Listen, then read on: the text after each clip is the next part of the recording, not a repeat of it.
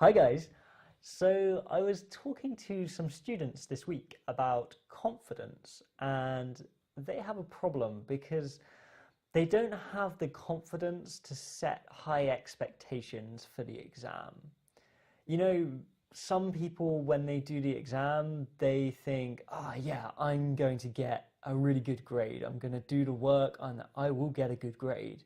Um, but other people think, oh, yeah, I'm not really sure with my English, and maybe, a pass will be okay. Um, and for the people who think a pass will be okay, I think the confidence of the people who think I'm going to do really well, that confidence is a mystery. So I wanted to share some thoughts that I have and also some research and some ideas from psychology and education all about this idea of confidence and expectations.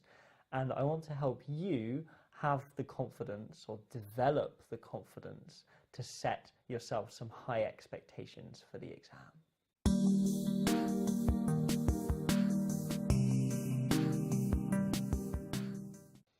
So just to be clear, I'm not saying you should be more confident. Why are you not more confident? You're good at English. It'll be fine. Just be more confident. Set yourself some high expectations and it'll all be okay. I'm not saying that. That's not good advice and it's not going to help you. What I am saying is this: confidence is something that you can develop. No one is born with confidence, everyone develops it. And when you're confident, you can set high expectations. Setting high expectations will really help your exam preparation. And that's why I want to help you develop your confidence. That's what I'm saying. So I'd like you to understand a little bit the relationship between high expectations and confidence. Let me give you an example, okay? Imagine you're looking at Instagram from one of your friends, and they're on holiday and they show you some amazing pictures and you're like, oh, that is beautiful. I really, really wish that I was there. So you've got this really, really cool idea in your head of a destination, and maybe you kind of you daydream a little bit about, oh, I could so go there, I could so go on the plane and just meet my friend there and it would be fantastic. And you don't have to think about money, you don't have to think about getting time off work, you don't have to think about any of the practical issues. You just have this dream with no limits of this amazing destination. That is what your exam preparation should be like, okay? Your exam preparation should have high expectations at the end. It's like that photo of a beautiful place. It's really motivating and it gives you the idea to think without limits. Often we give ourselves limits, we tell ourselves, oh, I'm not very good at this, I'm not very good at listening, I'm not very good at use of, and that creates a limit. But if you have high expectations, you have no limits. High expectations can be scary, they can be intimidating, and that's why confidence is so important. Confidence gives you the ability to say, hey, look, this is difficult, but I'm going to do it. And that's so important for your exam preparation because it is difficult, but you really do need to do it. So confidence is really important, but where does it come from? Now, some people say that confidence comes from experience. So if you have success, then you become confident, and then you have more success, and you become more confident, and then you keep having success, and you stay confident, and success and confidence are connected. And the other version of this is that failure makes you unconfident. So you fail, so you feel bad, you don't feel confident. So you fail again, and then you don't feel confident again, and then you fail again, and it keeps going and going and going. Some people say that this is true, but I don't think it's the only way to think about confidence. In an ideal world, in an ideal situation, you would have confidence no matter what happened. So if you had success, you would be confident. If you had failure, you would be confident. Whatever happens, if you have pizza, you would be confident. That would be the perfect situation. The question is, how do we get there? Now, normally when we have a success or a failure, we have some kind of reaction to that success or a failure. We have an emotional reaction. If we have success, normally that makes us happy. If we have failure, we normally have a negative emotional reaction like frustration, oh, this is so difficult, or sadness, oh, yeah, that was really bad. So after the event, success or failure, we have an emotional reaction, happiness or sadness, and then we have thoughts in our mind. Happy thoughts make us positive and confident. Hey, I can do this. And sad thoughts make us negative and pessimistic and unconfident. Oh yeah, no, I'm really bad at English. I'll never pass the exam. I can't do the you solve section. So we have the event, we have an emotional reaction, and then we have our thoughts on top of that.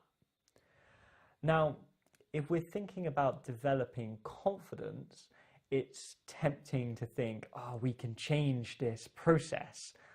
We can change the connection between event, emotions, and thoughts. But that's actually very hard, especially for things in the past. We can't change events. If you succeed or fail in an activity for your preparation, you can't change that. You also can't change or control your emotions. They happen.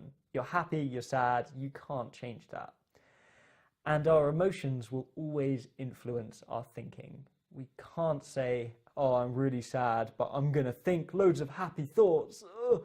No, we just can't do that. It takes effort, it takes mental power, and it becomes very difficult after a time. So it's tempting to think we can change this process, but we can't. So what can we do? Well, if you want to develop your confidence, you need to change your perspective on this process. So if you think of those examples of negative thoughts that I gave you, I said, I'm not good at English, I can't do the use of section, I'll never get a good grade in the exam. Now these three things are quite fixed. They tell us who we are, what we are, I'm not good at English. They tell us what we can do, I can't do the use of section. And they tell us what the future will be like, I will never get a good grade. We need to change our perspective and acknowledge that these things can change. I'm not good at English, but that can change.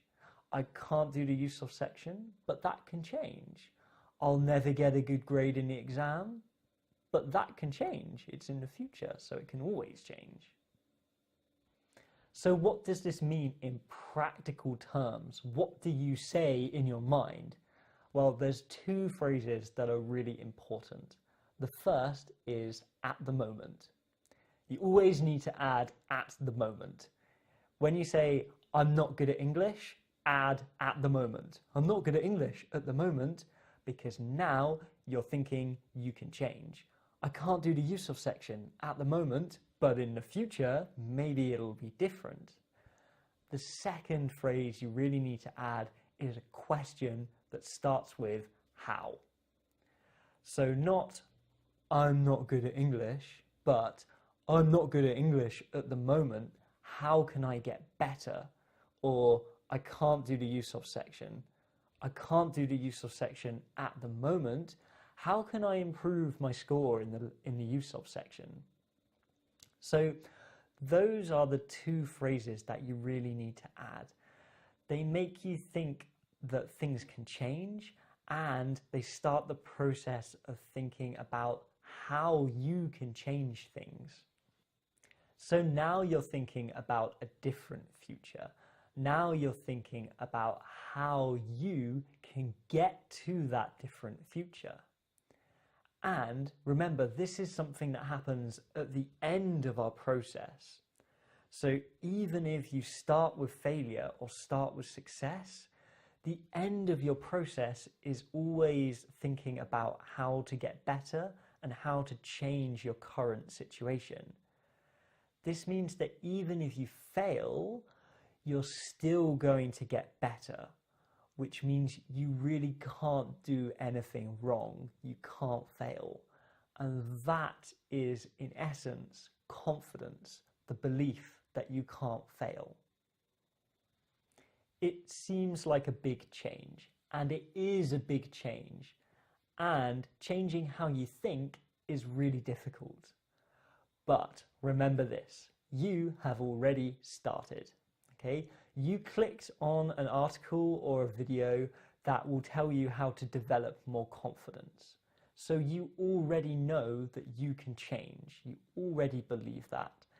You're already starting to think like a confident person. So really, I admire you. I mean, you've watched a video or you've read a very long article about how to develop more confidence. So that is a big step in the right direction, and it will really, really help your exam preparation. It will help you set high expectations. It will keep you motivated. It will keep you practicing. So big, big, big kudos to you for watching this video. Congratulations. I will see you very soon in another video, I'm sure. And please remember to join the Facebook group. If you have a lot of questions about the first exam and you want some help in your preparation, then try the course, the questions and answers course that you can find on the website. And I will see you very soon. Good luck in your preparation and good luck with developing your confidence. Remember, you've already started. Bye guys.